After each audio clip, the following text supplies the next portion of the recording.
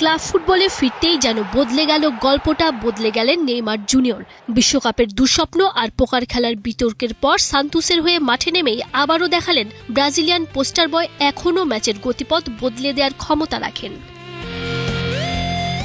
চাপোকোয়েন্সের বিপক্ষে সান্তোসের ম্যাচটা শেষ হয়েছে 2-2 সমতায়, কিন্তু ম্যাচের রেজাল্ট ছাপিয়ে আলোচনায় নেইমারের পারফরমেন্স। জোড়া গোল করেছেন, শুধু গোলই নয়, পুরো ম্যাচ জুড়ে আক্রমণের প্রাণভোমরা তিনিই ছিলেন। 9টা শট নিয়েছেন, যার 5টাই ছিল লক্ষ্যে। প্রতিপক্ষের গোলরক্ষককে বারবার ব্যস্ত রেখেছেন আর রক্ষণভাগকে রেখেছেন চাপে। সংখ্যাগুলো বলছে এটা ছিল অসাধারণ এক পারফরমেন্স। 90 মিনিটে 103 বার বল স্পর্শ করেছেন, 62টা পাসের মধ্যে সফল হয়েছে 48টা।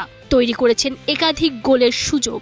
শুধু গোল করার জন্য নয়, সতীর্থদের খেলাতেও প্রাণ এনে দিয়েছেন ব্রাজিলিয়ান এই তারকা। বল পায়ে নেইমারের পুরনো জাদুটা ছিল চোখে পড়ার মতো। প্রায় 400 মিটার বল নিয়ে এগিয়েছেন, প্রতিপক্ষের খেলোয়াড়দের একের পর এক চ্যালেঞ্জ নিতে বাধ্য করেছেন আর ফাউলের শিকার হয়েছেন 4 বার। অবশ্য নিজেও হলুদ কার্ড দেখেছেন। অর্থাৎ পুরো ম্যাচ জুড়েই ছিলেন চাপোকোয়েন্সের ডিফেন্ডারদের সবচেয়ে বড় মাথা ব্যথা।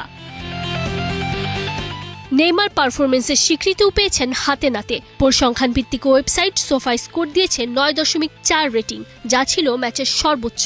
এই মৌসুমে ব্রাজিলিয়ান লিগে এখন পর্যন্ত 9 ম্যাচে নেইমারের গোল 6টা, সঙ্গে আছে 2টা অ্যাসিস্ট। সংখ্যা বলছে তিনি ধীরে ধীরে ফিরে পাচ্ছেন নিজের সেরা ছন্দ। Tanzim Osim, star play.